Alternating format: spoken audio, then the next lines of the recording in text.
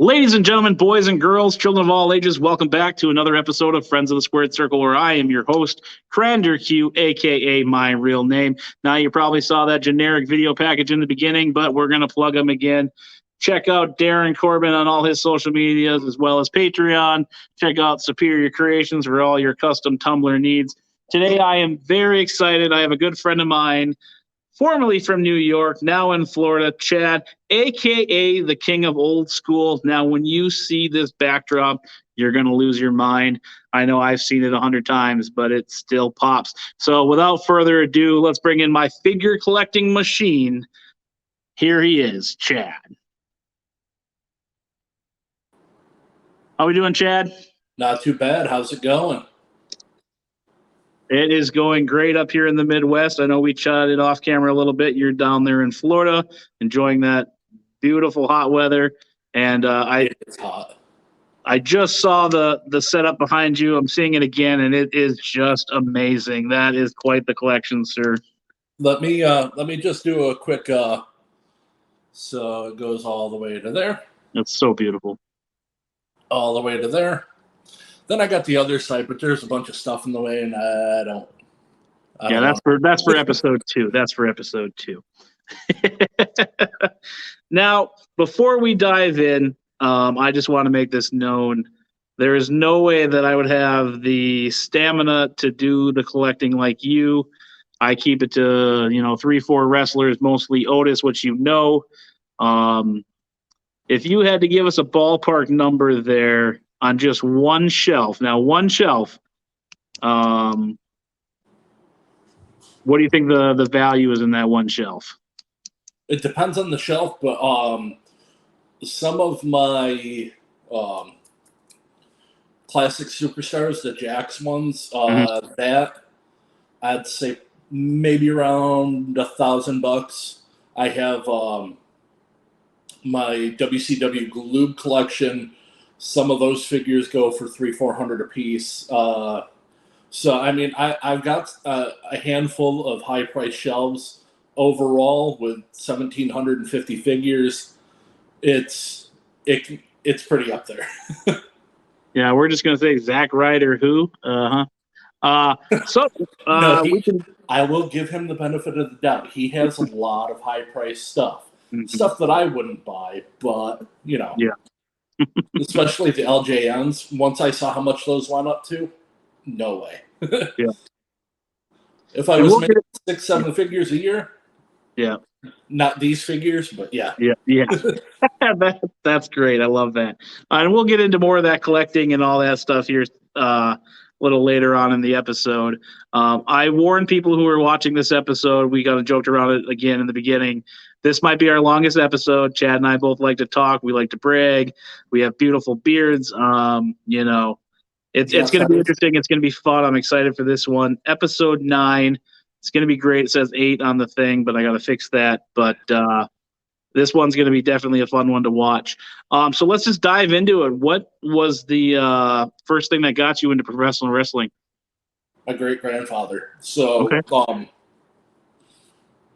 Not a sob story in it by any means, but I didn't know my real father growing up. My mom got pregnant. They were a couple. Okay. My mom moved away from my biological father, moved in with her grandparents. Okay. So I've been watching wrestling because he was just like me. He watched everything. So I grew up pretty much sitting on his lap watching wrestling from before I can remember. Okay. Do you remember any of the promotions by chance or characters? The first stuff I can remember, because I was born in '83, the first stuff I can remember was just before Magnum TA's accident in. Okay. 80. I have this weird, nearly eidetic memory where I can remember the most random crap. So, with Magnum TA, if people don't know, he was in a serious motorcycle accident there. He was potentially going to be the next big thing, probably like a Hulk Hogan, I would say, correct? Yeah. Just with his in-ring work, his charisma, he had the look. Nowadays, what's that? He had a good booker behind him with Dusty Yep, Rhodes. yep. Good old Dusty, R.I.P. I miss Dusty. So you watched it with your great grandfather. Did he take you to any of the shows? Did your mom take you to any, or? My first show was 94. It was April 11th of 94. Or no. It was somewhere in there. Yeah, it had to have been April 11th of 94. That was back when they did Monday Night Raw. They did 3 episodes, and then they did a dark match. Okay. So, watching it at my cousin's house, who was babysitting me at the time, I'd be like, oh, yeah, this person wins this match. They're like, how do you know that? I was like, I was there. They're like, this is live on television right now. I said, yeah, it says live, but it's not. It's like they're not going to be in Utica, New York for 3 weeks. So yeah. And that's probably a great spot to be in, too, was New York for wrestling. It's probably more popular up there with the WWF, being what it is today. But, I mean, you were kind of in the hotbed there, the big 90s, area. Yes.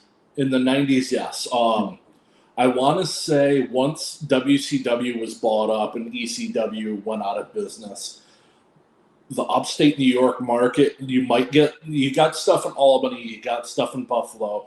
One was an hour and a half away, one was 3 hours away, almost 4 hours away.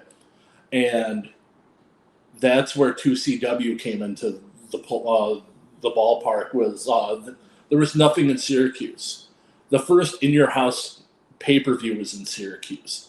Okay. WWE abandoned that area. I don't know why. There was a bunch of title changes in the 80s, like Strikeforce beat the Hart Foundation for the tag titles in Syracuse. It's always been a hotbed for wrestling, but at the same time, we were kind of like the Philly crowd, where we wanted to see something more like ECW or Jim Crockett Promotions, and not necessarily the cartoony aspects of WWF. With all the characters, you got the Garbage Man, you got the Model, the guy coming out of jail, Kane as Isaac Yankem, those type of characters. Now, you mentioned ECW a couple of times. Were you more favored towards that, or did you like more the Crockett? You mentioned Crockett as well. What did you prefer? Crockett is my all-time favorite promotion. Okay. I would say probably late 84 to 88, and then early WCW, like late 89 into mid 92. Oh, the end of 92. Once they brought on Hogan, I wasn't a fan. Okay. I stopped watching, but then it picked up in the 90s. I'm one of the people that will come on here and say that I did not like the Attitude Era. I'm with you there. I think we've discussed that in the past. Yep. I thought it was pretty cringy. I mean, I'm wearing an Austin 316 shirt. It's kind of, hypocritical, but at the same time, Austin was great. Some of the storylines, yeah. Yeah, but with that being said, though, I think I've discussed too on here, you had the Rocks, the Austins, the Takers, that were kind of leading those big stories, but then you had just the filler, and that's where I count the filler as the garbage of it. Yeah. Mae Young giving birth to a hand with sexual chocolate, the bra and panty matches, the diva stuff. I mean, as a kid and a teenager, yeah, rah, rah, rah, going into maturity. But now looking back at it as an adult, you and I have a lot of the same beliefs, and values. It's just like, ugh, the things they did, just didn't make sense and were pretty derogatory. So yeah, trying to compete with Jerry Springer is the trashiest stuff on TV. The wrestling was great. Storylines, yeah. And I feel like a lot of my friends are kind of agree the same way, with the Attitude Era. I always say people go back and watch it and tell me what stands out besides the top tier talent. Yeah. I mean, there was a few in there, that I liked, but other than that, it was just the top tier guys. And plus, I was a WCW kid, and I can't really talk too much because I was a huge disco fan and Glacier. But I mean, You know, I prefer WCW and NWO over the Attitude Era and DX there for a while. So I prefer DX over the NWO because the NWO got stale to me, but yeah, no, I get you there because it was more seemed more wrestling oriented than storyline oriented, Mhm. especially And with then the cruiserweights. yeah, and then everybody and their brother joined NWO. So like you said, it was stale. It got watered down with the different incarnations of it, the red and black, which people love. Yeah, You got the silver, the 2000s, the LAW. You know, it just kept morphing into trying to find that same magic and lost it. I mean, I love Hall, Nash. You know, I was a Hogan kid. Obviously, I don't support what he said and all that. You know, I'm going off a character I saw on TV, not the human being. yeah, I know that's not right, but you know, as a character, as a kid, you know, that's what I remember. And then, you know, those three versus the original two at DX is what I call, you know, the what it should be, not Scott Norton, Buff Bagwell, Dusty Rhodes was in the NWO, you know, and all those other guys. So you know, Virgil, yeah. Speaking of Scott Hall, I right? took pictures of you with Scott Hall at the WrestleCon that you came down for last year, Mm-hmm. and I wish I met him. I did say hi to him, but I wish I got my picture with him and everything like that because life is short and you don't Yeah. realize that you're seeing this guy this year. He's on the the road to recovery through DDP yoga and being clean and stuff like that. And then he literally is getting some Kool-Aid out of the refrigerator, slips on some ice, breaks his hip, and Yep. then it's you just never know. Yeah. And after you guys left, you know, I had some time to kill before my room opened up. And I kind of wish I would have waited for you guys to get there so then, you know, you could take my picture while I'm talking to everybody. But anywho, I mean, I've met the guy a few times, but he was so excited for Sean. You know, just seeing him brag about his friend was just, you know, what they say, he's just a great guy. And I got to experience that with him, you know, talking about Sean and being so excited Sean's getting, you know, better shape, getting the hip, you know, his hip or knee or whatever he had going on for him. Just to see him light up talking about Sean getting possibly one last match or run was really cool to sit there and talk to him. You know, a lot of people, you know, besides us, you know, you kind of get it. They're up there, hey, I want my autograph, I want my picture. See you later. You know, I'm kind of like that because I want to get out of their way so they can get more fans. But if I have a chance to go back and talk, I've gotten better where it's like I want to be more personable with them. I want to talk to them and just kind of treat them like a human because it's, you know, it's not just about getting what I want. And that moment will stand out with me now that he's passed away. You know, just getting a chance to talk to him one on one and being real instead of just handing him a $20 bill and going about my way, you know. Yeah, that's so. I had something like that with Roderick Strong. He was at a 2CW show. It almost led to a fist fight between me and Davey Richards. Oh, So Roderick, I walk up. I used to go and I'd buy all the DVDs that I wanted, and then take them to the car, come back in, mhm, and then get my picture with whomever. And I walked up, and he's like, "Hey, you were just here." I was like, "Yeah, sorry about that. I usually buy DVDs from everybody, and then go back out to the car and come in." And then Davey Richards, I forget what he said. It was something really snotty, but I was like, yeah, I know you're physically fit and all. I was like, but I think I could take you.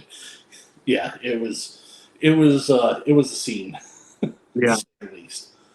And I walked around the WrestleCon there, and like I said, I had that time to kill, and I talked to a lot of them, and it was definitely a different perspective for me, and it kind of opened my eyes. You know, like I talked to Mike Knox for like 10 minutes. The dude would not just let me walk away. No one was stopping at his table, and he was telling me about how he's making this comeback. You know, he's excited to get back in there. He had all this going on, and it just made him feel like a person. And then I went and talked to Mosh and Thrasher. You know, I know you got your picture with them that day, and those guys were super cool. And I'll never forget that I was just looking in the rooms to see where everybody was. And they're like, "Hey, man, what's going on?" I was like, "Oh, sorry if I'm being weird. I just wanted to see where everybody is before I, start getting pictures and autographs." He's like, "Don't worry, dude. We're wearing kilts. You're not weird." So, yeah, they were definitely cool with me. yep. They when I met them, they kind of segued me over to Ryder because I have the Macho Man LJN tattoo. Yeah. It's like, okay, yeah, I'll talk to Ryder. And then it was my second day in a row meeting him, and he was kind of a jerk to me, and I was like, okay, whatever. Yeah, and I will back up that claim. He did seem very smug that day. I even tried to talk to him later that day because he was going to be at the ACW show that I was going to be at the following weekend. And I was trying to just ask him, like, "Hey, are you ready for the weather change?" He's like, "Well, what do you mean?" I was like, "You're going from like 80, 90 degrees down here in Tampa, and you're going to be up in, Wisconsin by the bay there, and it's going to be like 40, 50 degrees, pal. You better bring a coat. You think I'll need a coat?" I was like, "Yeah, I'm from there. Like, I know it's going to be cold, but Yeah. And I get it.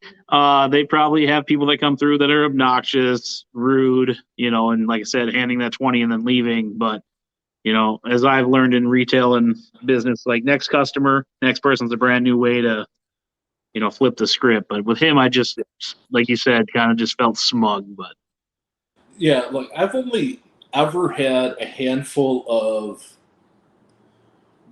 wrestlers that were, kind of poor attitude towards me when I met them. Raven was one of them when I first met him. He was kind of like, "Here you go, kid, get the hell out of here." And I was like, "Dude, I know where you live. Don't treat me like that." And he stops. He's like, "How do you know where I live?" I was like, "Dude, you got a big friggin' tour bus that says Raven on the side." He goes, "Yeah." I go, so I explained to him where he lived, and he's like, sorry, I was a jerk. He goes, but it was funny. Like, I wasn't like actively trying to threaten him. I was just like, yeah, trying to, I don't know, trying to make let him know what's up. He was being a jerk. So, yeah, the only incident I've ever had, because I've been very fortunate and lucky, was with, I think Honky Tonk Man's the only one that I've really had an issue with, but it wasn't with me. It was just with a kid in front of me. Other than that, when I met him in Chicago for the second time, he was very cordial. We talked for about 10 minutes and stuff before I went to the panel and stuff. But yeah, I've gotten really lucky because normally I get to the front of the line with me and my buddy Bob. We get up there right away. We have no problem standing in line for a few hours, or whatever. So we get up there right away, get it done, and then we just hang out. So I got a question for you. I know you're the host, but hold on. Who is the nicest wrestler you've ever met? Let's see. Nicest. I'm gonna have to go with, I think, Trevor Murdoch's up there. He was super cool and just wanted to keep talking. I didn't really talk to Bob Holly as much, but with my buddy Bob was a very cool thing. He was explaining everything, kind of talking, and then let's see, who's another one that stands out? Probably Alexa Bliss. She was just a sweetheart for the few minutes I met her. I talked about it in the last episode. She looks like she's a queen bee, not to sound derogatory with the B word, but then she's just a peach, and I've seen her. She's got a clip, and then there's a picture with my buddy Nick where they're playing video games together, and she just radiates positivity and, generally cares about her fans, so Yeah. Those would be the three.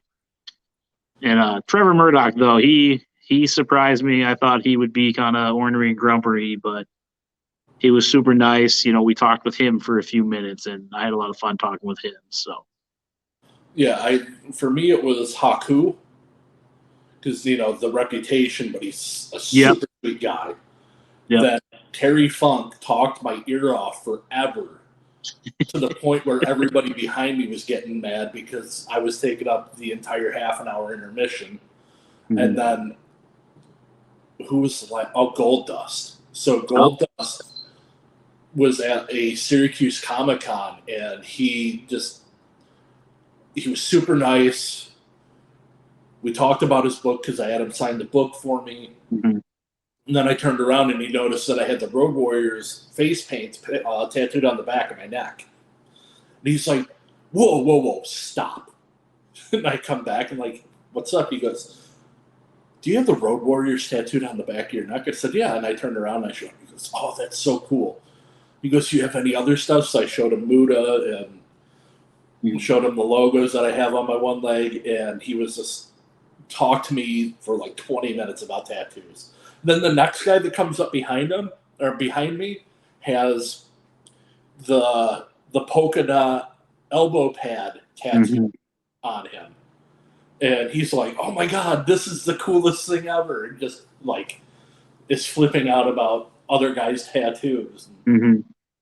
Yeah, yours are a lot, obviously, cooler, because I always, self-doubt. But, I got the Dusty. I've got the Gold Dust. I was able to show him both those. He was pretty cool. But with Gold Dust, we've heard it 100 times. We don't want to rehash the story. But, I was super nervous every time. So I didn't really get to talk to him too much. But I'm proud of my Gold Dust and Dusty tattoo. Eventually I'll get the Cody somewhere. But, limited amount of room. What's that? Limited amount of room. Yeah. My buddy Joe, I sent you the episode, told me I should get one on my neck. And I'm like, no, Amy will kill me.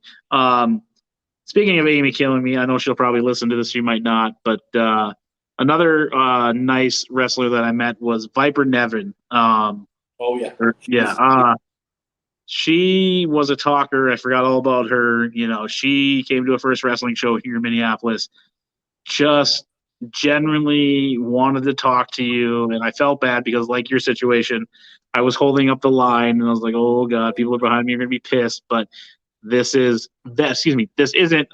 a crush, Amy, if you're listening, back in the day, and I know you guys got a chance to meet her too. So just trying to segue the heat off of me if Amy's listening. She was an absolute sweetheart. The thing with her was, so Nikki Cross on TV when she talks. Yes. If you're from the United States, it can be tough listening to it. Nikki Cross in person, when she was talking to me, I understood every word. It wasn't like the accent wasn't as strong. But with Piper Niven, it was she talked like this, and it was very, very whispery. And with her accent, I could not. I'm like, I'm sorry. Like, what's going on? But yeah, she was really, really nice. It was just, and you could barely hear her in her. I was definitely bummed out because I was trying to get an 8x10 for your wife, but she didn't bring any merch to that first wrestling show. And the promoter Cannon was like, had I known that, I would have made something up for her. But, people are just getting regular random things signed, and I'm kind of bummed that I never got that for Cass. But luckily you guys got to meet her, so. Yeah. We, so to segue into something different, we have the Evolution pay-per-view women's title, which we're trying to get signed by everybody that was on the show. The only issue with that is there's such limited amount of room, and they had a battle royal on that show. Oh, gotcha. Yeah. That would be hard, I don't remember if she was on that show or not. I think because that was the year that she was in the Mae Young Classic, and they brought a lot of those ladies on to the Evolution pay-per-view. Yeah, I remember I went and bought it because you told me to get out there and get it right away because that one will go up. I'd have to revisit that. And that's also where I'm going to segue back to where we're talking about wrestlers that were nice to us and how I got, I used to get Cass all the autographs because I just didn't care for autographs. I still don't. But Priscilla Kelly, that was who I was getting the autograph was for your wife. And I'm trying to find something that's not inappropriate, which none of the photos were inappropriate. But I didn't want to come off as a creeper to you guys yet because we haven't met in person. We've been talking for 5 years, almost every day.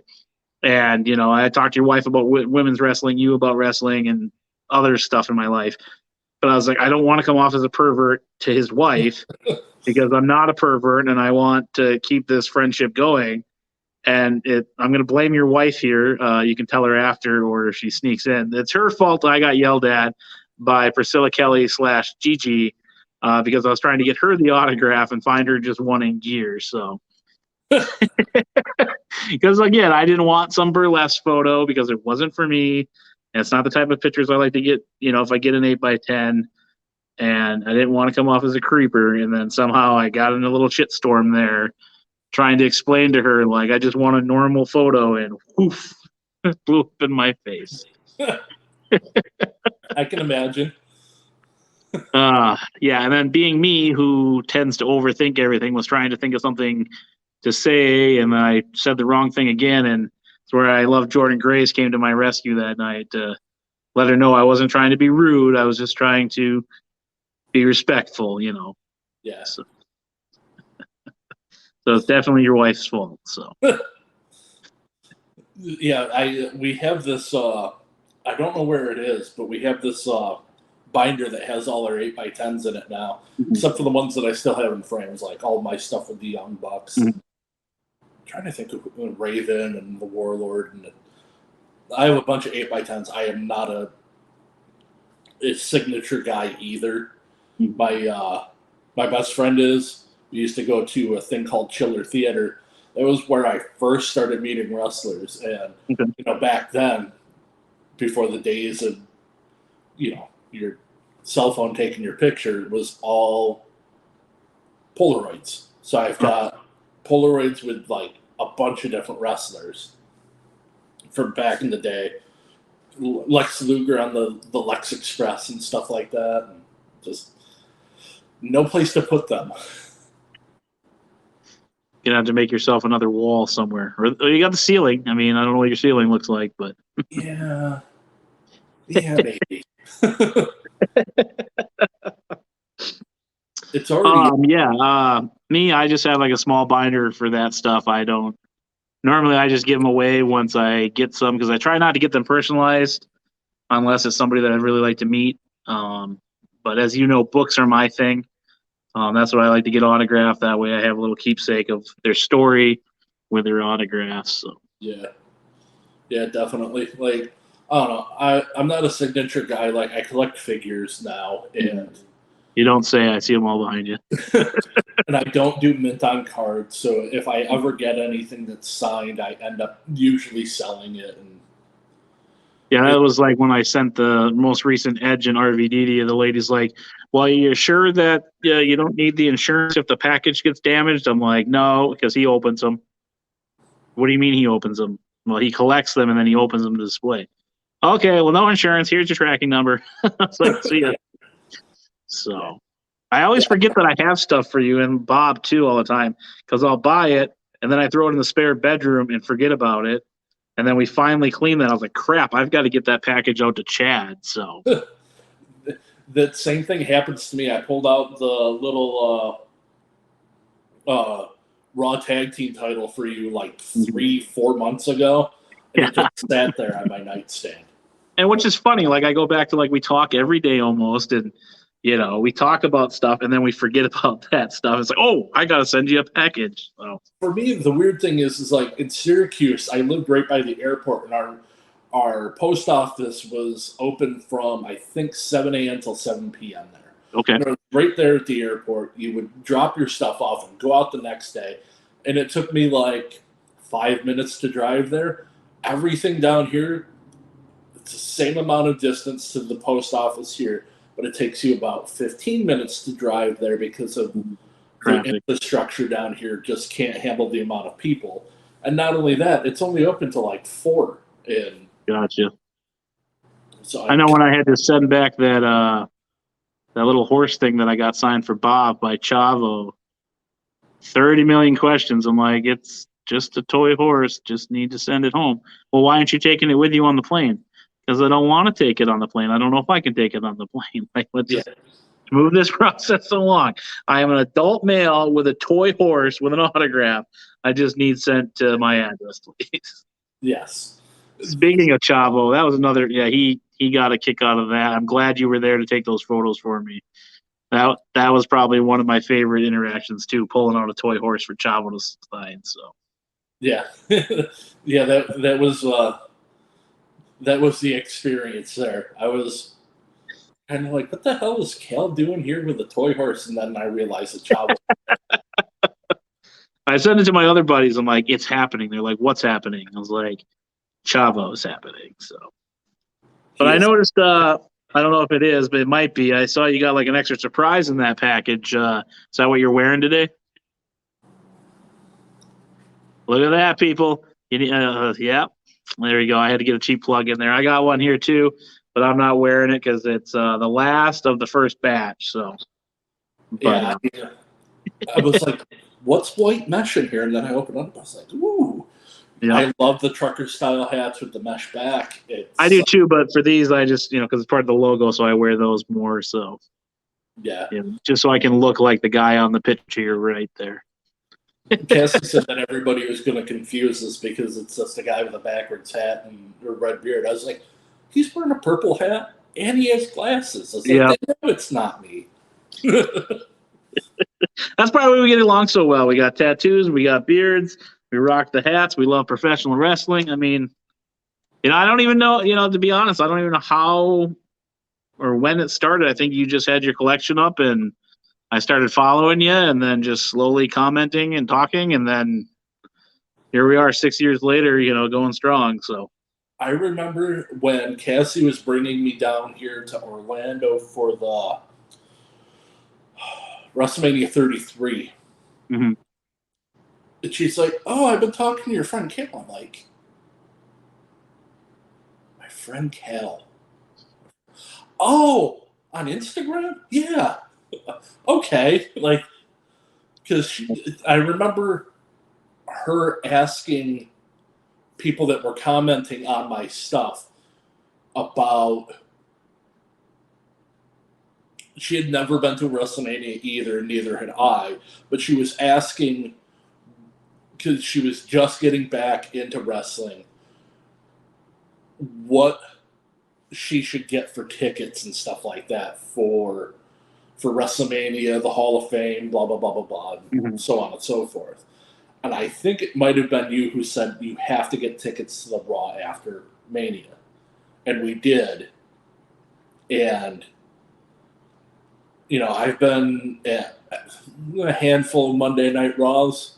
That one to me was probably the second most memorable out of all of them because of the first 20 minutes of just the crowd booing Roman Reigns, and then the F you Roman chant started. And I mean, it popped me, but like, I was just like, they're going to bleep this out. I was like, this is going on for way too long. And yeah, it was pretty memorable. Yeah, I think she also posted about like what other shows were down there, and then I don't know if I still have her on Instagram or Facebook or not. Rachel, a girl that I get in this wrestling community of mine. I reached out to her because was living down there at the time. Now I think she's back up in Massachusetts. It helped me compile a list of the other promotions down there because I think she wanted to go to like some other shows, and we got that list for her and then sent it to her. Yeah, so. We definitely. So I live just outside of Lakeland right now. My first exposure to this area was coming to the Ring of Honor show to see the Young Bucks versus the Hardys. Okay. That was pretty cool too. Like my first Ring of Honor show. They skipped over my area all the time up north. They would do Buffalo. They would do Albany area, but they would not do this area. Yeah, I think the other thing too is what Mania was it when you met Eric Rowan? Was that that was in 2019, so 35, and that was the one in New York City. Okay, yeah.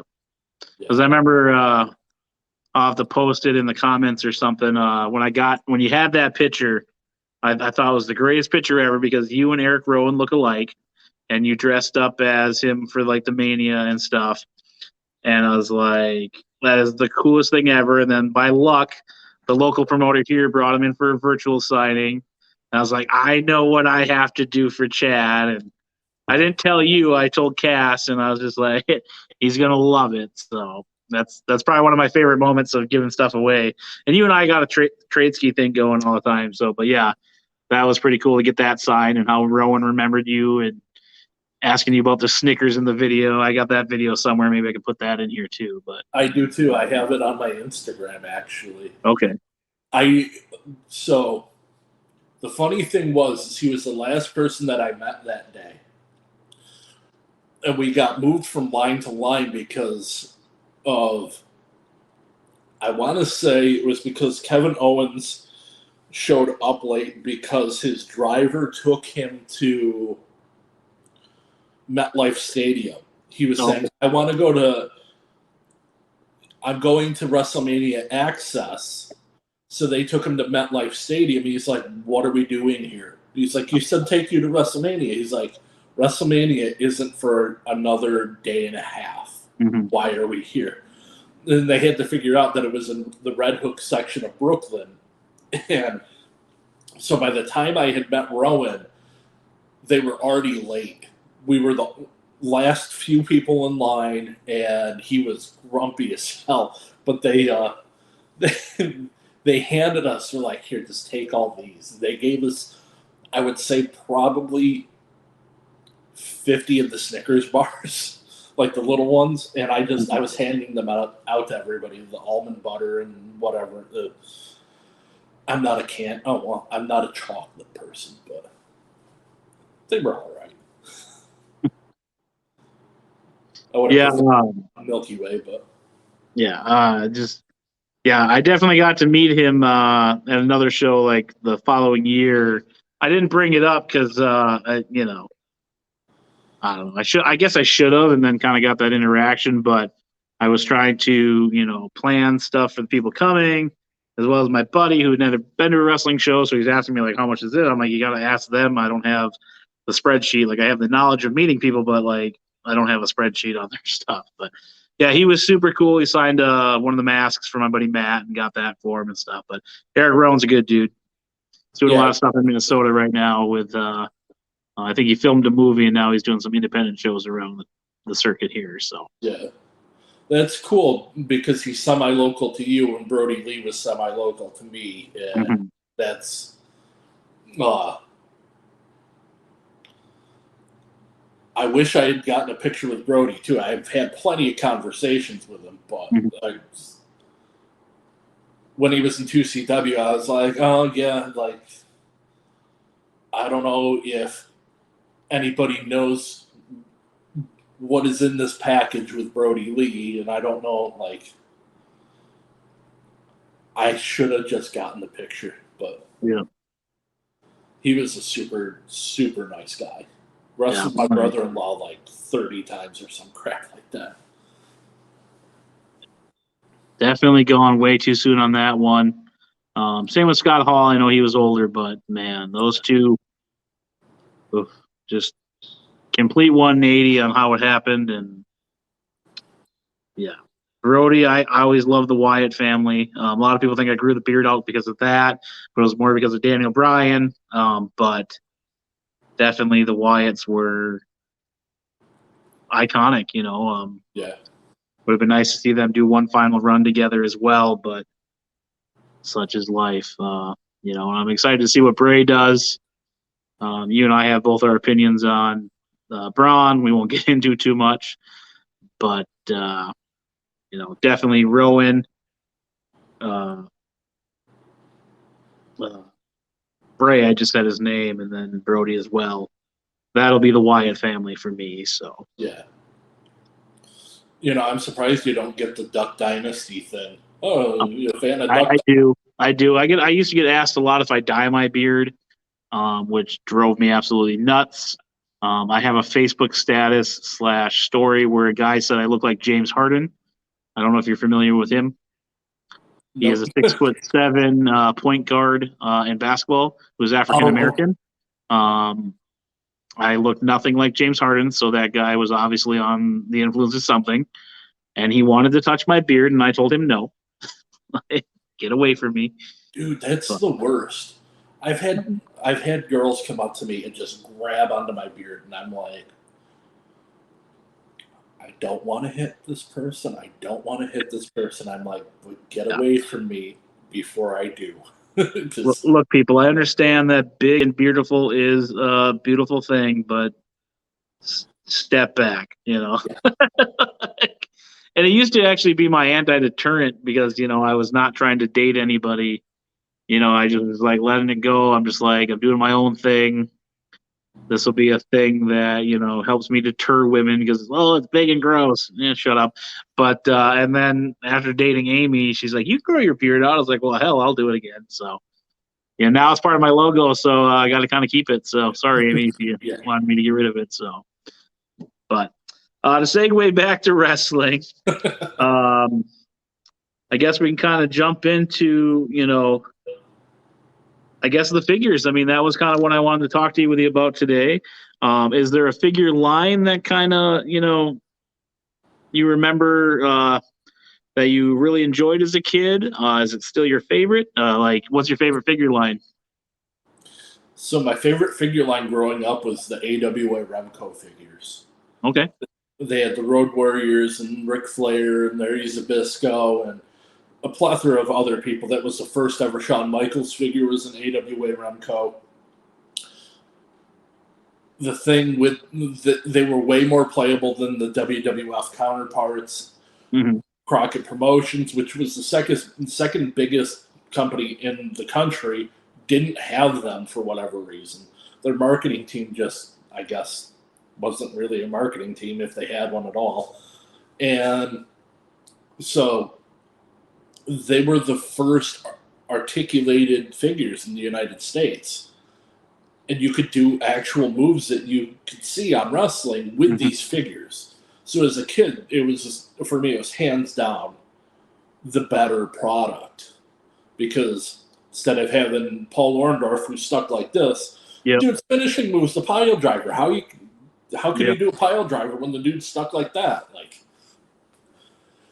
I do have a soft spot for the LJN figures because they had a lot more figures and a lot of cool guys. Mm-hmm. But growing up, it was the Remco figures. They were a bit more lifelike than the LJNs. And then later on, when it came down to me with WCW or WWF figures, it was the WCW figures, which were just a smaller version of the LJNs where they were stuck in a certain pose, but they were more realistic than the WWF Hasbro figures. Yep. I still had the Hasbro figures, but it was just, I don't know, the WCW ones did it for me. I liked that product better. I liked the figures better. And I guess I've always been more of a reality-based wrestling versus a cartoony-based wrestling fan because I grew up in Syracuse, but in that area, and it was WWF territory, but I grew up with very few TV channels. So we had the two local NBC affiliates, the local ABC affiliate, CBS. Later on, we had Fox, and then we had TBS, PBS, and I think that might have been it at the time. And since we had TBS, every weekend was the Friday night show, the Saturday morning show, the Saturday night show, the Sunday morning show, and then the Sunday night show. And then they would do the Clash of Champions. So I was seeing at least 5, if not 6, WCW events every week growing up. And it was more reality based than it was cartoon based. I saw WWF. We got it, depending on the syndication times, we got Superstars on Saturday at like noon. So if I was home, I would watch that. And then Sundays was Wrestling Challenge. And depending, again, on syndication, that would either be on Fox or ABC. And, sometimes we wouldn't get it. And then there'd be other times where we got, I remember for a brief spell, we got, I think it was like '86 or '87, we got UWF, which was Bill Watts Mid-South promotion. Mhm. Then we got in '87, it would go WWF Superstars, AWA Superstars, then LPWA, which was the Ladies Pro Wrestling Association, which Okay. was they kind of teamed up with the AWA. Okay.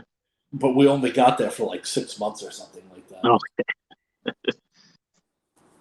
Yeah, I remember growing up, like the first ones I saw were those, WCW ones.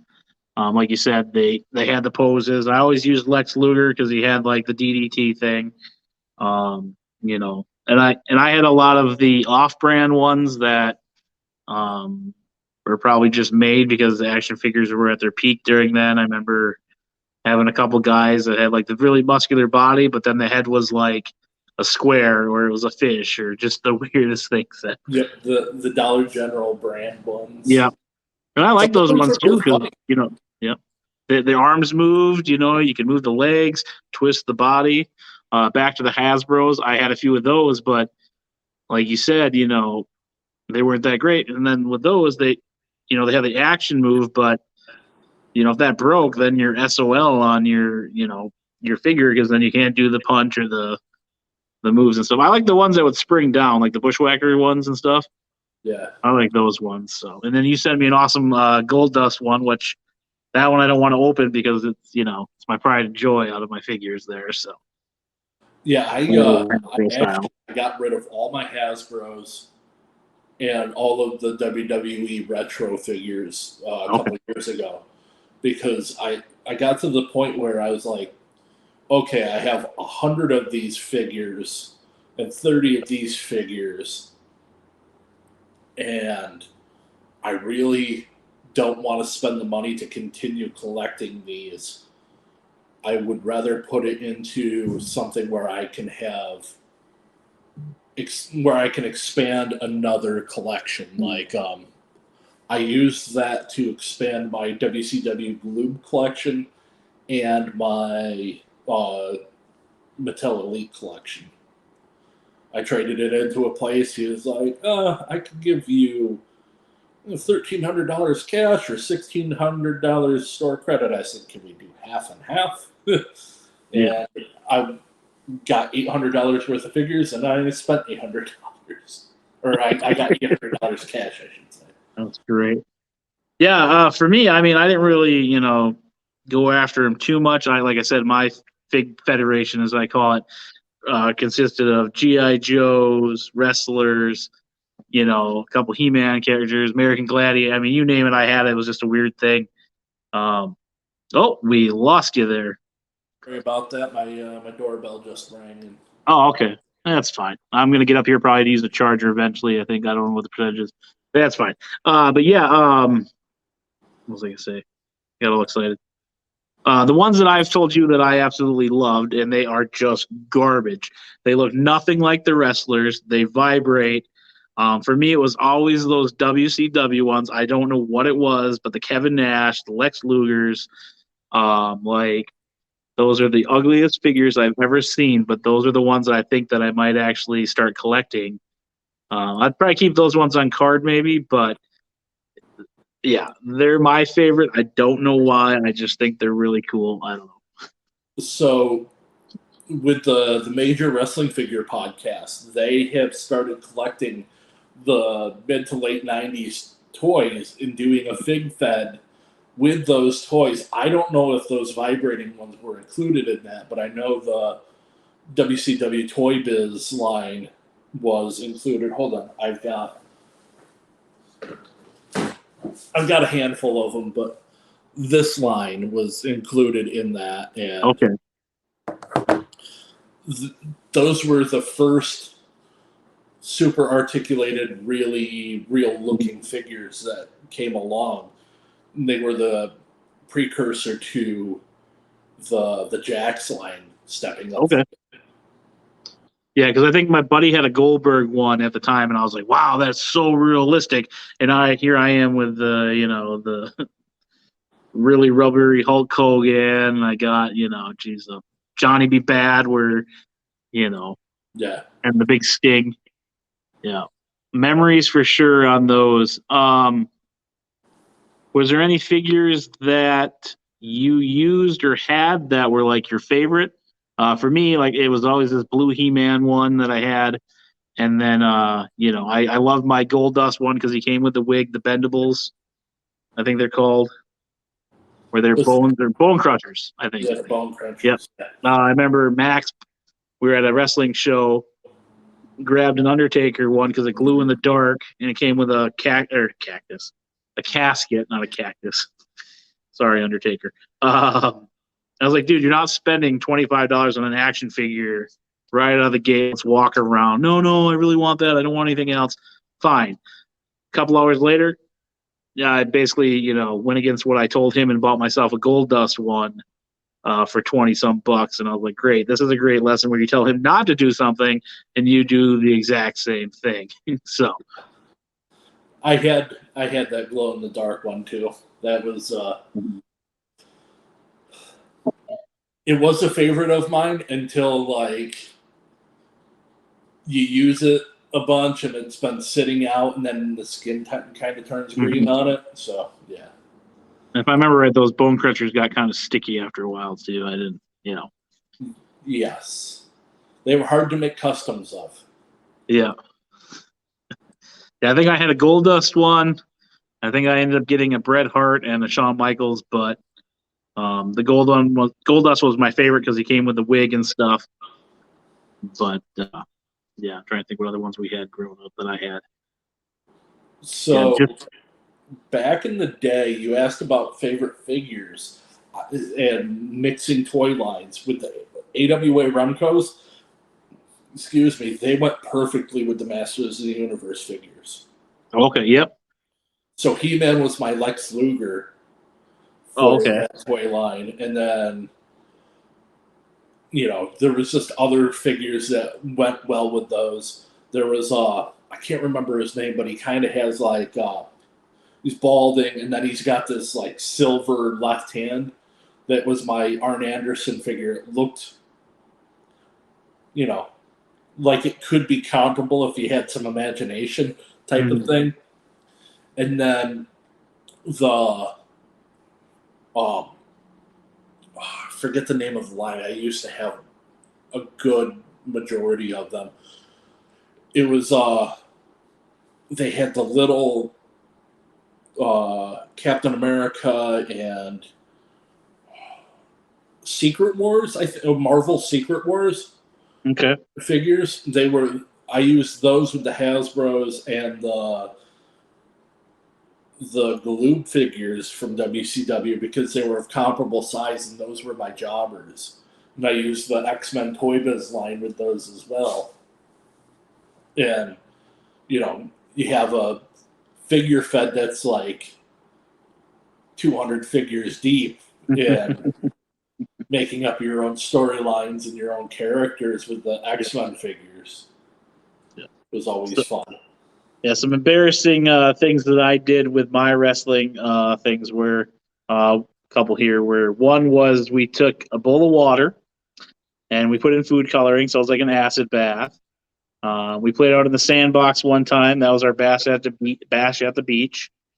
I remember doing a casket match with one of those, generic, random dollar store find figures where threw them in the box, buried them in the checkbook box, and I forgot about them in the yard. My dad ran them over the lawnmower, got my ass chewed out.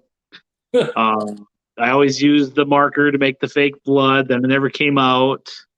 Yep. What other dumb things did I do with my wrestling things? Yeah, just some crazy stuff. But I remember one that I had. It's still kind of one of my favorite memories. Was a Nitro American Gladiators. I had found it at it was called Economy Warehouse, like a furniture store, and they had toys.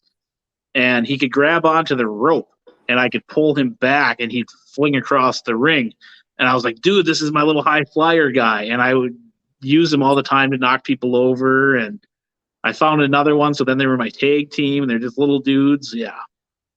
I had the American Gladiator figures as well. Use those with my wrestling fig fed, and this one is going to be off the wall. The old school crash test dummies in the early 90s. Oh, okay, yep. Those were remember pretty those. popular, and I had one of those, the crash test figures. And if you hit it just right, all the arms and legs and head would Yep. fall off. So I would use that, and I had another figure that I pretended was Cactus Jack, and he would do the elbow off the apron onto him. His arms and legs and head would fall off. That's great.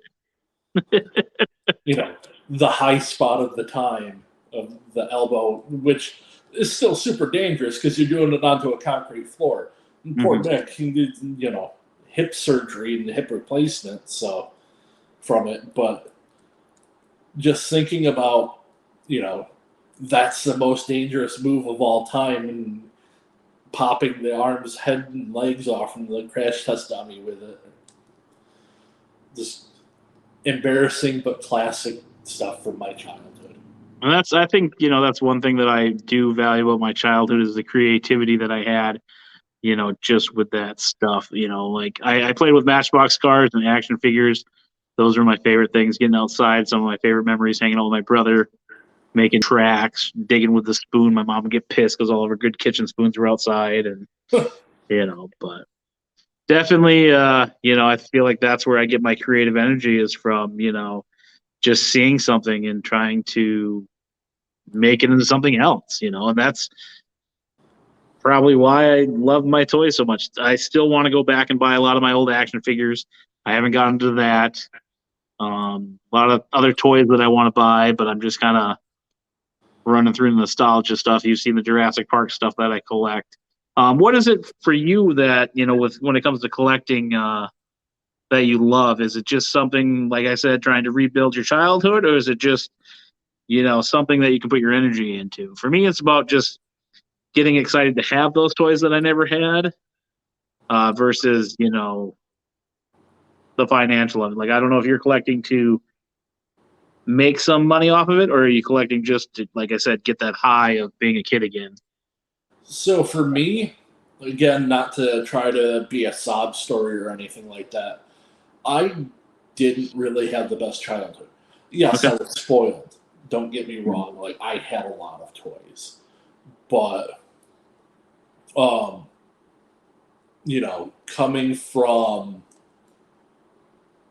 a place of semi-poverty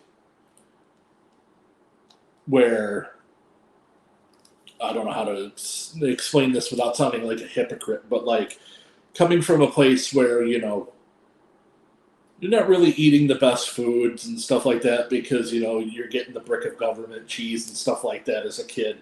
And just my mom being on welfare for the first however many years of my life because she was a single mom and everything.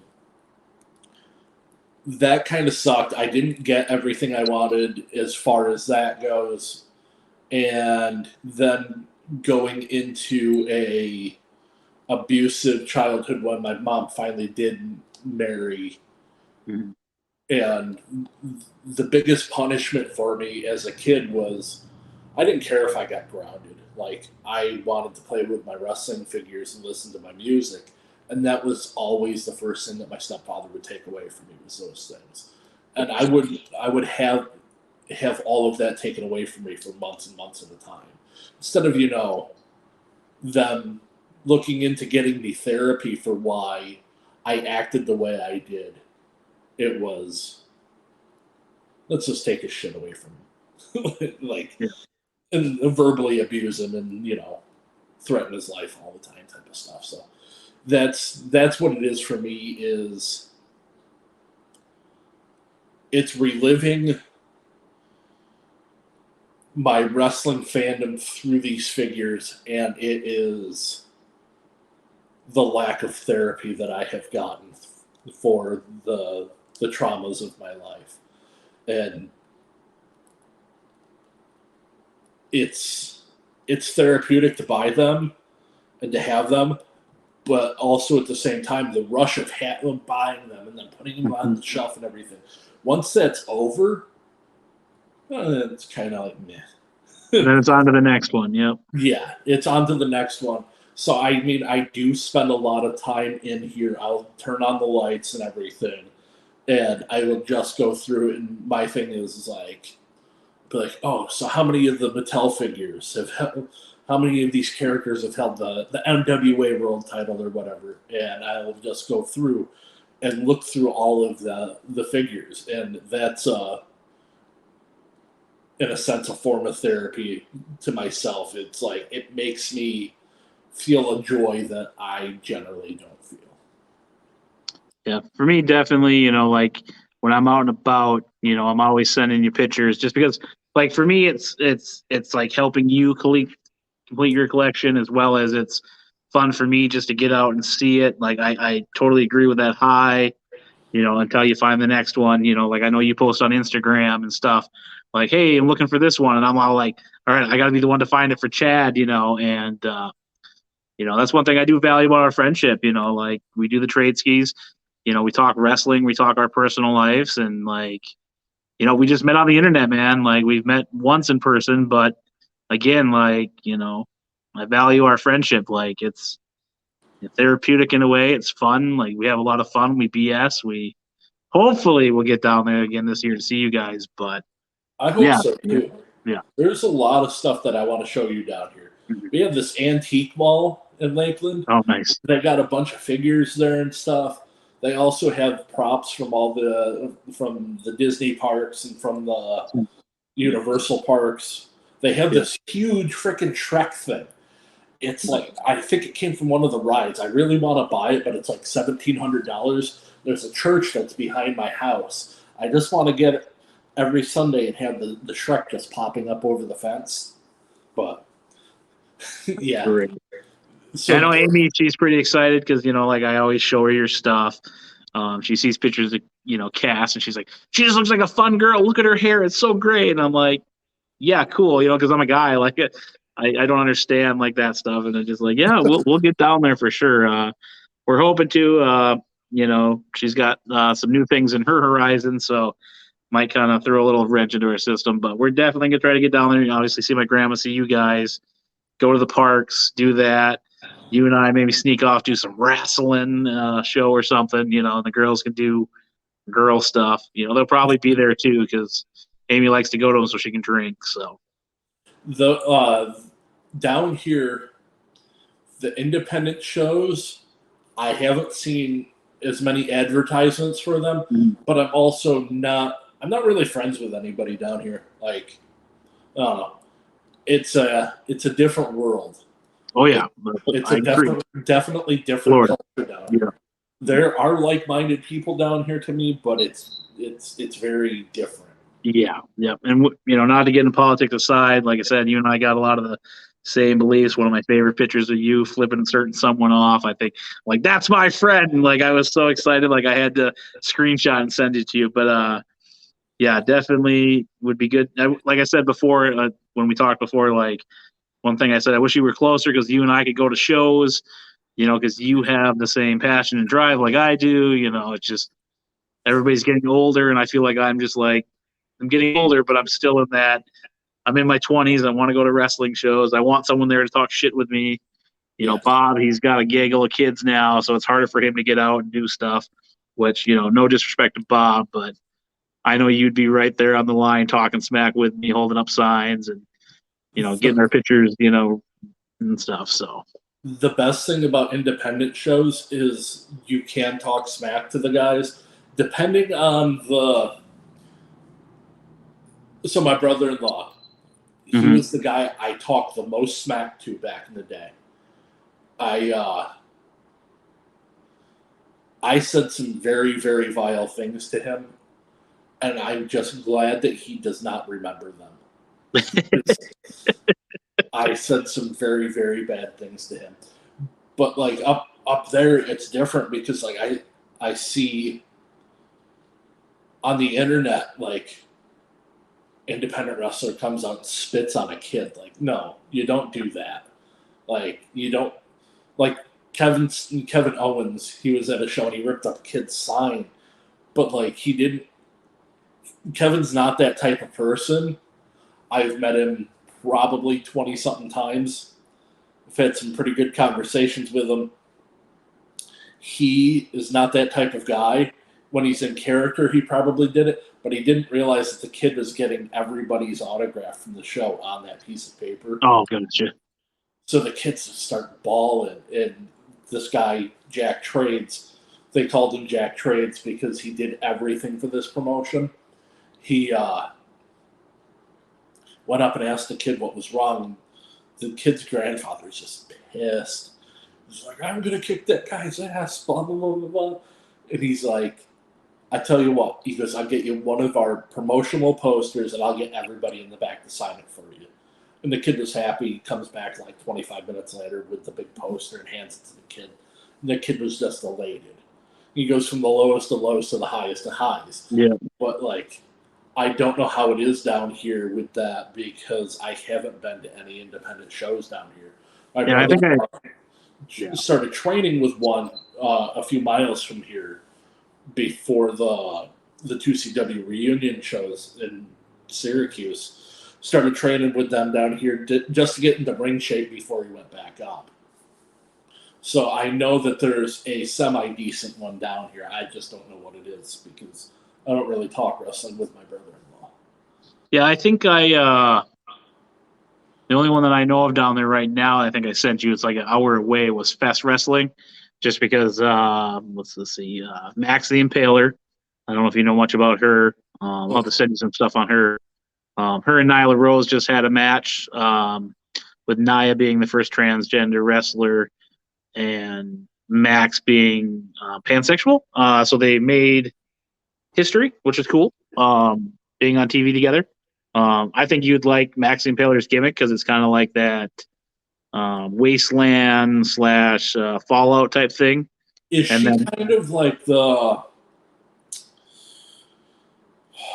it's kind of like a Road Warrior-esque gimmick where it's like, and she wears like the almost like loincloth stuff. Just okay. I have seen her. I didn't know that was her name. And then I think she does a lot of stuff for Ring of Honor and NWA right now. She was up here with her tag team partner, Heidi Hightower, I want to say is the name. She's kind of got that Road Warriors / Mad Max more versus the Wasteland. But I feel like if those girls could get some more exposure, they'd do really good. And I know Eric Cannon, Darren Corbin, Selfless Plugs on the Tumblers again. They have wrestled down there at Fest Wrestling, and that's kind of how I got a hold of that scene because I thought the show was in Minneapolis, and I was going to be in Minneapolis, and I was like, oh shit, I'll just go to the show the next night because I'm not leaving till Sunday, and I went on there to order tickets, and it said Orlando, Florida. I'm like, wait, no, I don't want tickets for Orlando, Florida when I'm going to be in Minneapolis. Yeah. And it was like the Pickle Fest or something. And I was like, oh, well, I'm not going to that one. So, Eric, I won't see you this weekend. So, yeah, that's one of the good things, though, is like it's weird down here because you see the independent promotions and they will pick one star from TV or one big name independent person, and that's their draw to the shows. I guess I got spoiled with 2CW where we would have.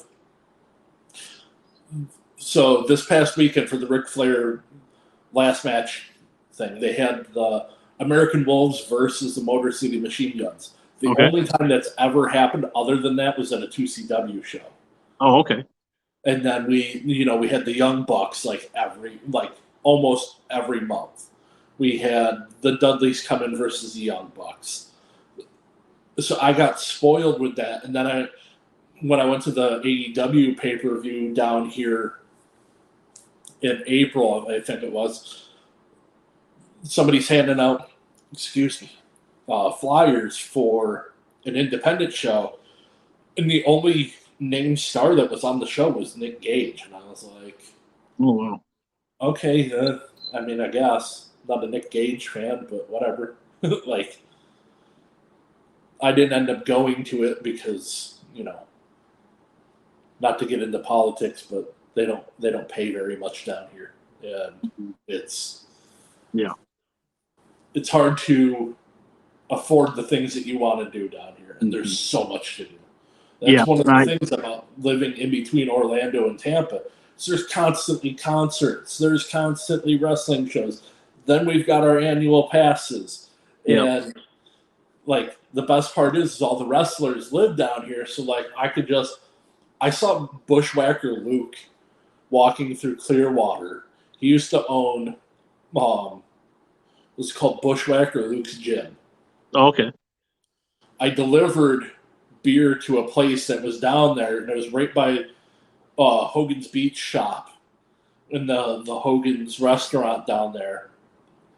And there's Bushwhacker Luke just walking down the sidewalk, and I was like, Bushwhacker Luke, hey! And he's like, sup, mate? And just keep going on my way. So, I mean, you can see people like that down here, and it's cool. But getting them on a show down here is probably a bit hard because it's, unless it's one of the big companies, they probably don't pay enough to afford these. And I'm lucky here up in, the Midwest where I've got the 8 to 9 promotions just out of Minneapolis alone. And, not to toot my horn, I'm sure, back when you were in New York, you were everybody knew you, just like here, everybody knows me because I go to these things all the time. And, like I've built relationships with a lot of the fans and the wrestlers. And, I'm pretty lucky to have all these promotions around me. And honestly, if you were up here, I think you would enjoy it too. First Wrestling, you've seen stuff they've done.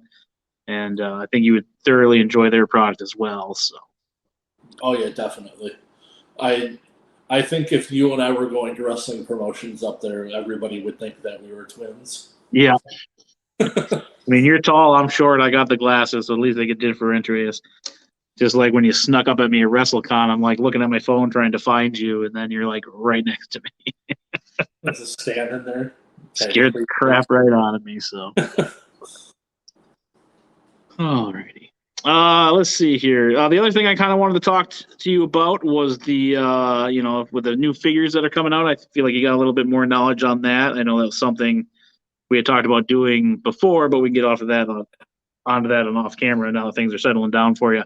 What about Power Town wrestling figures? So, have you seen any more on that? The only thing I have heard on that is the news that everybody else heard, which was that they were coming out with a Bruiser Brody to replace the Ted DiBiase figure. Okay. The Ted DiBiase I was super stoked about because WWE has never released a non-$1 million man Ted DiBiase figure. Mm-hmm. I don't think they ever will. I don't think they have any interest in it. I mean, they can prove me wrong because they did the Mean Mark Callis figure instead of The Undertaker. But, so he, I guess, I don't know if you know anything about the legal troubles with Ted DiBiase and Ted DiBiase Jr. lately. No, I do not. What's that? I do not know anything on that, no. So I guess there is something about them embezzling money. I don't want to get too far into it.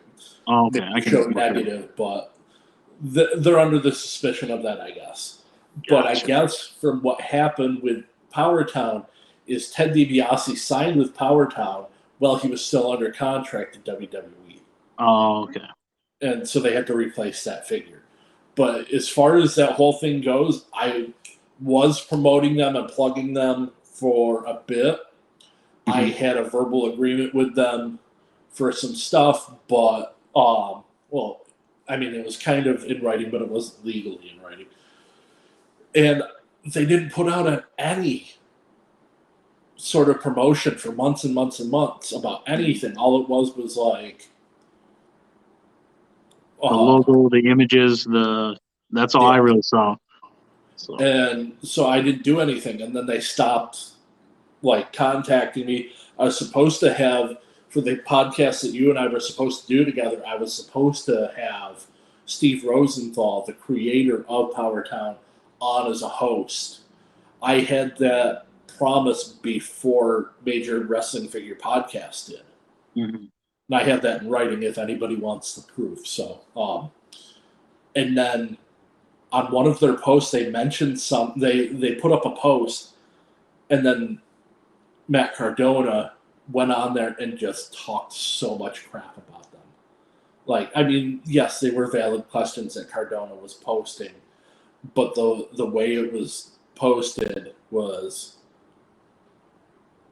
in a very condescending way, asking them about their contracts, where the people can't sign a contract with anybody else and stuff like that.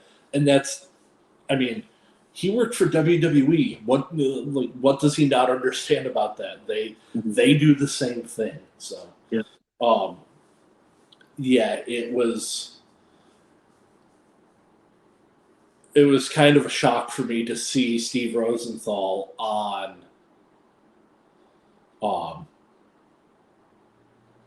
the Major Wrestling Figure Podcast giving out details and stuff like that, because Gotcha. I thought their relationship was kind of strained, but whatever. It's not woo woo Zack Ryder, it's boo boo Zack Ryder. So That is boo-hoo Zack Ryder. Not to make your show negative, but I honestly, like, I don't hate the guy. I think he doesn't know how to talk to people. Yeah, I agree. have criticisms of him because of how he has treated other Collectors and stuff. collectors, and the things that he has said in the past about a certain line that he got for free that was very, very hard to find, and calling everybody crybabies because they were complaining that it wasn't like widely distributed. And, I mean, he did bring attention to the figures again. Like, I'll give him that, but yeah, sometimes I feel like, with his influence in there too, just kind of jack some prices that shouldn't be jacked. Not only did it jack prices, but it influenced more scalpers into the market for wrestling. And then I know you post all the time, like you go to the store and you see a figure and it's, say, Billy Gunn in the DX gear, and then there's an X-Pac in there, because obviously these retail people don't know what they're looking at, and it's just like you're ruining it for everyone else, and that's just, I'm going to drop it right here. I'm going to say, I don't know, I'm recording where I'm recording, but bullshit. Like, come on, people, have a little respect for the other people out there trying to do, what we're doing is collecting, and, don't scam us, because I'm sure you've been scammed in the past. I've been scammed on a few autographs. And for me, I'm not very confrontational. But that day, I was very calm and composure and walked up to the guy. I was like, hey, man, 4 months ago, you said you were going to send me some autographs, and here I am, and I still haven't received them. And he brought me to his table, made it right. And even my nephews were like, oh, we thought you were going to fight a guy. Well, I'm not going to fight a guy because I'm not going to jail, but I want my money, or you're going to make it right. And he made it right that day. So, yeah, that's, back to the figure swapping thing. That is, if you can't afford to collect, like, I understand, things are tight. And if you can't afford to collect, then, figure something out. Like, I'm not the type of person to shame people about money because I grew up without money. But, like, prioritize something. Do something to make it so that you can collect. Don't go and buy the clearance figures and the other figures. Go home and swap out the clearance figures for the full price figures. That's what I saw this past weekend. That's what I was in New York, and the lady that worked at Target was like, "Oh my God, this is the greatest atrocity that's ever happened to our great Target store."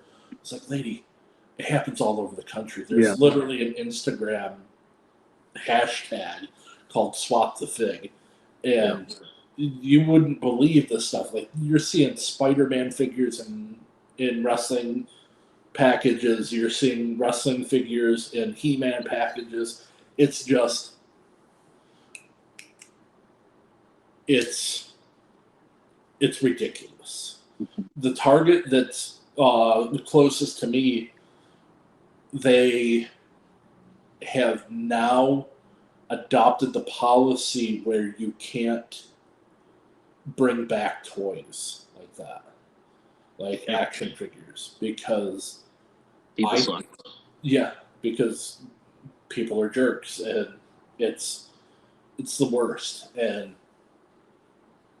I mean, look what it did to the Pokemon cards and stuff. Not that that's any, you know. Well, I mean, we both like it, but I mean, like it just you can only get so many. You can only buy so. It's like there, this TikTok craze of everything, ruins everything because then, like you said, the scalpers go in and buy this stuff, and then the resale is 3-4 times. Like those Otis figures. Remember when I got mine right away, and I was just watching eBay, and they're going for $60 out of the package, and I'm like, I just got mine for 25, and you're selling an opened one for 3 times that amount. And that's the thing. Like, for example, I've noticed.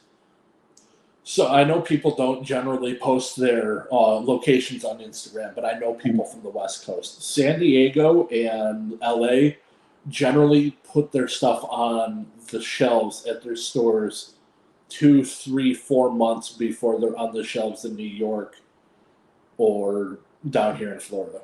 And it's because of where the shipping containers come into port, and they come into port in LA or San Diego. So, gets distributed out, and, a lot of those places, like I've been seeing the most recent Legends line, people have been posting them as on the shelf for like a month. My Target is doing a reset of their entire toy department, and the drop date for those was a week ago this past Thursday.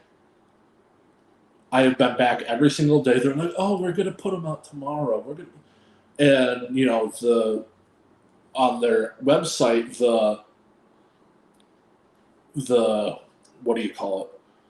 So before it was just like in stock at Lakeland Target, and then the next day it was like only one left in stock at Lakeland Target, which implies that somebody's been buying them. And then the next day it was in stock at Lakeland Target, and then it's got the aisle number and the location for it. But yet these things are still wrapped up in a pallet on top of the shelf. Steel, yep. And it's aggravating because these things have been out for a month. I want to be one of the first ones there to get it because I don't want to pay scalper prices for it. And that's the worst thing is like, even when I lived in Syracuse, I would go to, when I was doing the Perry's ice cream thing as a sales rep, first thing I would do is I would stop to a certain Tops. That's a grocery store, by the way, which was right next to a Target. I would go in and I would do my work for that Tops. I would walk next door, walk in, see what they had for toys. I would buy what I wanted and leave the rest because I'm not a scalper. And, every day, right at opening, you would see these guys that would just power walk to the back, and then they would go and then they would load up a cart with all these figures. And, I have gotten into it with scalpers before. There was a guy who I met off from Craigslist about when I used to collect pops, about the Deadpool pops, the San Diego Comic-Con ones that came out at all different stores. He had gotten them all, and I told him, I was like, I'm willing to pay this price for them. I'm not willing to pay your price for them, but I'm willing to pay you this much for them, which was essentially the price of the pop with the collector's finder's fee. And he's like, I don't know if I can do that. I was like, well, you're probably not going to get anybody else because you're on Craigslist of all things. Yeah, Craigslist. And he decided to meet me, and then he ended up giving them to me at cost. So I didn't even pay a collector's fee on them, which, I mean, when he saw me and realized that I wasn't going to pay the full price, he was probably like, yeah, I don't want to upset this guy. So. And the other thing I've noticed too lately now, like with Bob Orton, the Goon, some of those figures now being, scarce and stuff, they're actually charging an upcharge now for signing just figures. Like the Goon, like combo, I think it was $20 for picture, and then combo with autograph was 30. But then if you wanted your action figure signed, it was $50. And I was like, I have never seen someone charge just $50 for figures, because again, the reselling is just ridiculous. Like my buddy Matt, he's great. Huge shout out to my buddy Matt. Goes to a lot of these wrestling shows, and I was like, "Oh, you're gonna get your figures signed?" He's like, "Yeah, but they're charging $50." And I was like, because he collects the signed figures, and I was like, "Damn, dude!" He's like, "Yeah, I got it covered." I almost, was like, "Man, I'll give you a couple bucks just so you can get it done." Yeah. Because that's what he collects. And it is the Goon figure that he ended up having to pay $60 for, because Ringside Collectibles was out at the time, so he had to pay that scalper price. So he put almost $150 into this figure to get completed. It's ridiculous, like I see the value in things. I do. I always say it to Amy, like, "Oh, I could flip this and make so much money," but like that's not what I'm in it for. And it's not ethical. Yeah, when I buy them for you, you're always like, "Oh, what do I owe you?" I'm like, "Nothing. Just if you see something for me, send it my way." Like that's this relationship. I'm not here to scam you. Like when you were selling me those DVDs, I didn't know what to say because I didn't want to upset you. And you're like, "This price." I'm like, "Oh, well, that was way less than what I was thinking. So here's your money, pal." But yeah, but it's just it is ridiculous now that autographs for some of these figures now is starting to cost just as much as a nice crisp $100 bill, and it's crazy to me. Yeah, it's so I have seen people show up to conventions with, they'll have the big duffel bag, no, not duffel bag, but the big like fabric shopping bag that's just filled with toys in the protectors, and then see them post those things on Mercari or eBay, and just I understand it, but it's not ethical. Like, especially at the wrestling shows, you get those collectors come in with that huge binder and have like 30 photos they want autographed. And I think the last one I saw, I can't remember who it was. I want to say it was Greg Valentine, or it was another 80s, 90s wrestler that said, "Hey, you want an autograph? I'll do 3. I'm not doing all 13 or whatever you had. Like, you're getting 3, and I think it's great when they start personalizing them too, because then the resale value, and I'll still buy like a book if it's autographed and made out to somebody else, but it's just like kind of funny now that they're actually standing up for their value and saying, "You're only getting 3." Like I just saw a video of Green Day at the airport. "Hey, what's your name? Hey, can you sign this?" Like not even answering his question. He's just signing all these records. He's like, "Oh, are these all going online afterwards?" Which I'm sure 90% of them were. Like it just sucks. Yeah, that's the thing though, is I don't approach people to sign stuff outside of a convention. Like, it's not. I don't like having people sign stuff anyways, but like outside of a convention or a wrestling event, I'm not gonna. The Orlando and the Tampa airport are really close to me, so like I'm not gonna go there because I know all the wrestlers live in Tampa. I'm not gonna go there and just wait for them. They're like, "Oh, hey, yeah, can you sign this?" No, that's a shitty thing to do. They're humans too. I'm not going to have stuff signed and put it up on eBay for way more than it's what I put into it. And like, Right. The worst thing for me is I have tried reselling stuff. I had a AWA Remco Nord the Barbarian. He was the Berserker. Okay. I had this figure, and I couldn't find out anything about how much it was worth because none had sold recently. It's actually a very rare figure. It was one of the later ones, and I sold it for $75. And I was like, man, I feel guilty about this. But it's also $35 some odd years old. So I mean, I made my money with it, but then I had a bunch of the big WWF LJN figures that I'd bought at the same time, and I sold them for $5 a piece. It was like, yes, I want to make money selling figures, but I don't want to, at the same time,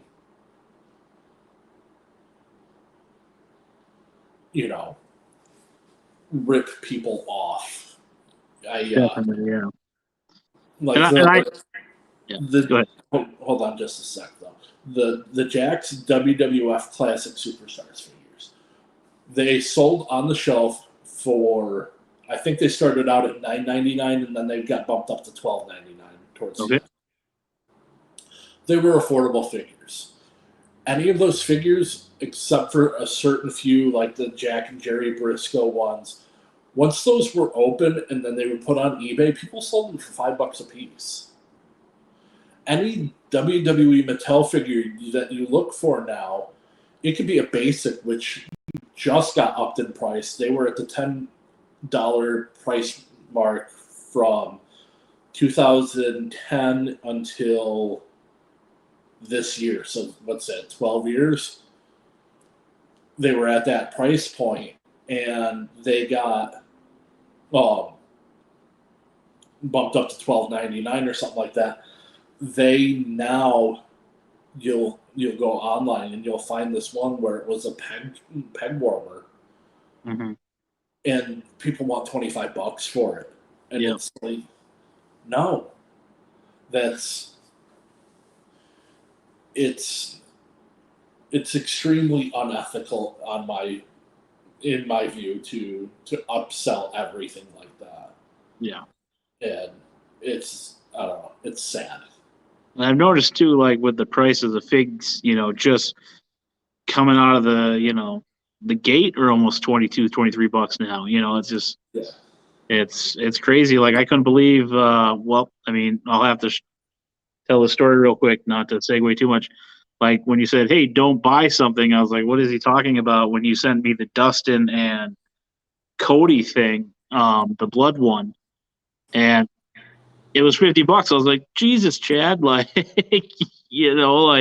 and then just seeing it online for twice the value, and they had just came out. I mean, and I do appreciate that gift, by the way. I love that thing. It is up for display. Normally, a lot of my gold dust stuff is just kind of off to the side right now, so I figure out how to show that. But that one's definitely out and proud. But man, it's just crazy how much that stuff's cost now. Yeah, that's the thing though. Is like the Legends line that I was talking about. That's a Target exclusive. I think the only one out of the recent series that I have not found in stores by myself was the Edge figure. And then I found it after you had already bought it for me, and it was on the clearance rack. And I was like, go figure. I never found the chase for it, though, with the red pants. Okay. But, like, there's a chase for it then? Yeah. Okay. I didn't care which one I got, chase or regular. I only needed one. Yeah, if I see it, definitely get it for you. So. Oh, you don't have to do that. But this is what we do, bro. We buy stuff for each other. But so that was the only figure out of the Legends line that I had not seen on the shelves. Everything since they have come back, they've had in droves. I have went and bought them, but then I'm seeing on Mercari, the newest line goes up, and they're $60 a piece. I mean, I haven't looked at it a bit. I might be exaggerating, but like, it's ridiculous to me that anybody would pay those prices because you just wait a couple of weeks. I don't need to be the first person to have everything. That's also one of the reasons why I don't have as many followers as other collectors with half the size of the collection, is because I'm not the first one to get them. And I don't care to be. Like, I don't. I mean, I do care about followers, but I don't care enough to have to be the first person to get everything. I don't. I want to collect for me and for my price range, and I don't care to be the first person. Like the AEW Aubrey Edwards ring, that was like, I forget how much it was when it first came out, but now they have it up on Ringside Collectibles for $90. I asked for it for my birthday, and I hope I get it, but if I don't, it's $90. I can get it in a couple of weeks. Like it's not that big of a deal. Like a lot of this stuff, if you wait on it, you got to know what to wait for and what not to wait for. Yep. And it's just one of those things. Like I shouldn't have waited on the Dominic Mysterio figure. Gotcha. You can't find that anywhere. Like him in those wrestling gear, but like they're gonna make another one, so it's not that big of a deal. It's not. And you never know, you might find that mom that just throws it out on a garage sale too. So yeah. With Dude, that, if you find a dusty Hasbro though, look me up. I should have just sent you the one that I had, but they that's the thing is if you're looking at Facebook Marketplace and stuff like that, I went and I drove an hour to north of Tampa a couple of months ago, and I bought like 75 figures for like $250 or something like that. It might have been even less. It might have been $200. The lady's like, I just want them out of my house. And I'm like, okay. She's like, are you buying these for your kid? I go, I don't have kids, lady. Like, I'm buying those for me. That's right. But I resold most of them, and just to make my money back on. Yep. And to get what you want. Yeah. What's that? And to get what you want, kind of, Yes. I picked out the handful of figures that I wanted, and then I sold the rest of them. And I don't feel like that's unethical because you're just doing it to make your money back. Yes. But the worst thing is like I'll post that on Instagram that I bought this lot, and then people that follow me on Instagram can also follow me on Mercari, and like, not calling anybody up, but I've had people that are like, oh, we've got these 3 figures that are complete and there's nothing wrong with them, I'll give you half of what you're offering them for. And it's like, no, it's going to cost me just as much to ship it as you want for it. Yeah, I usually do, like, if it's 15 and they want like 20 for shipping, I'm like, all right, well, that's just absurd because I know it's not going to cost you $20. Like, I'm smarter than that, So I try to get them down a little bit. That way it makes sense on the shipping end.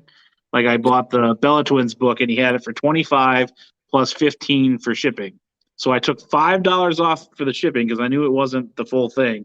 And he just was like giving me an earful. Blah. I'm like, dude, like I know it's not costing you that much to ship a book when I've sent stuff to Chad that weighs twice as much as the hat.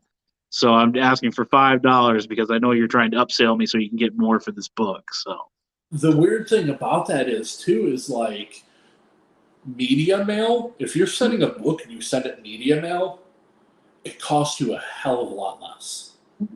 Like I think something that say it costs you $9 or $10 to send an action figure. Mm-hmm. If you sell a book in the same size package and it goes under media mail, it's like $3 or $4. Yeah. So that type of stuff is not lost on me. Yeah. My buddy used to sell DVDs and he would send them through media mail, and of course it takes longer, but at what point do you actually care whether it comes Tuesday or Friday? If it's not a present, then Yeah. Well, to wrap this up real quick, just because battery coming up on almost 2 hours here, which is great. Definitely doing a part 2 with you and everybody else as well. But is there anything you want to plug, say, or add just before we get you out of here?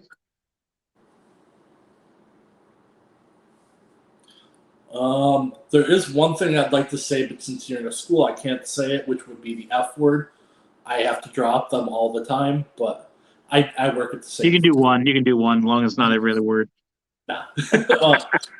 No, I work at a school too, and the weird thing is everybody's like, we have to stop using summer mouth. And I was like, or you could just do what I do. And I was like, when the kids are here, I just go, hi. And that's the only word that comes out of my mouth. But no, I was just kidding about that. No, I don't have anything to plug. I mean, other than my Instagram, if anybody wants to follow me, it's King of Old School. There is a little space between all the words on it on Instagram. But yeah, other than that, I don't have anything to plug. I don't post that often anymore, but I'm trying to keep up with that. But Yeah, like I said in the episodes before, and I've said to other people, you think it's easy getting all this stuff. Like each day I got to come up with a new topic. I'm trying to be creative, more, interaction. I'm always throwing ideas. Like I'm constantly messaging everybody. My phone reminds me, you've been on your phone 6 hours more this week. It's like, yeah, it's because I'm now producing videos and content and, trying to keep people remember my name. That way the page doesn't get stale. But we'll definitely put a link in the bio for the Instagram so people can check out more of your figures. Maybe on the next episode we can get more in depth. We can just go through a couple shelves and look at some stuff. But yeah, definitely, yeah, I'm glad to be on here. Also, thank you for sending everything out to me. yeah. And I'm here for. yeah, I hope that we can get our own podcast off. Yes, and I know you've had stuff going on, so I've been kind of like just letting you handle that. We're not going to get into it because that's our personal conversations, but I'm all for it. I'm getting more confident with this. Like I said before, this might just be a platform until I jump into that with you, and it could just be more content for our new page. Under that banner, we won't give too many spoilers because keep that a secret, keep people interested. But yeah, definitely, things are smoothing out for you. School will be starting for both of us, so then we can, line up our schedules and get that going because that would be a completely 180 from what this is. So yes, that and I've been trying to do another podcast with another friend, and the hardest part is coming up with a name for a podcast. Well, like that day you sent me, some ideas, and I just went to town. So if you need any help, let me know. Definitely, we'll have to get you and Cass on here as well as you for part 2 because, I'd like her perspective as well for the wrestling. Being, obviously she's female, not to sound, I don't know what that was about, but, get another female's insight. We just had Abby on in the last episode. Great episode. Quality was a little janky, but it was a great conversation. It's nice to see women enjoying wrestling as much as we do. And I know Cass would have some great stories and stuff for that as well. So, oh, she will, because she was so the first show that we ever went to at the same time. There's an 11-year difference between us. She was 12 watching her brother wrestle, and I was 23 watching her brother wrestle. And it was just funny because it was like, oh, we were there at the same time, but we didn't know each other, which it's like would have been creepy if it was a 12-year-old dating a 23-year-old. Yeah. We're not talking like that, people. We're not talking like that. Yes. Just like my girlfriend also 11 years younger than me, which by chance happened. I made the stupid joke one time, like, God, you would have hated me in my 20s. And she's like, yeah, I would have been like 11. Like, shut up. That's not what I meant. I just meant I was kind of an idiot and a douchebag, but yes. Look at us. We're going to be able to retire, and they're going to still have to work for 11 years, take care of us, dust our figures in our collection, so we're living the high life. We are so much alike. It is unreal, and I love it. I do appreciate you, brother. I love you. You guys are awesome. You've been great to me for 6 years. And thank you for being a friend of the Squared Circle and as well as a friend of mine. So thank you. I love you as well. And I will see you soon. See you soon. I'm sure we'll be talking after this as well. Thank you, brother. I'm definitely going to do a part 2, part 3 with you and the missus. So we'll see you soon. Thanks, brother. All right, everybody. I know it's a longer episode, but Chad and I love to talk wrestling. We love to talk collecting. Again, we have so much in common. I met him through Instagram or online somewhere. I can't remember. It's been so long. Great dude. Check him out at King of the Old School on Instagram. I'll put links and stuff in the bio, as well as make sure you check out our sponsors. It'll be Superior Creations there on Facebook, as well as Darren Corbin. You can check him out on all social media at Darren Corbin, as well as Patreon at patreon.com/Darren Corbin. Check out 13 Cards Subject to Change. My brothers from another mother on another podcast, as well as Eau Claire, Wisconsin's tattoo shop, Artisan Tattoo. Just remember that tattoos are forever, and so is wrestling. Thank you for being a friend of the Squared Circle, and as always, Crandic out.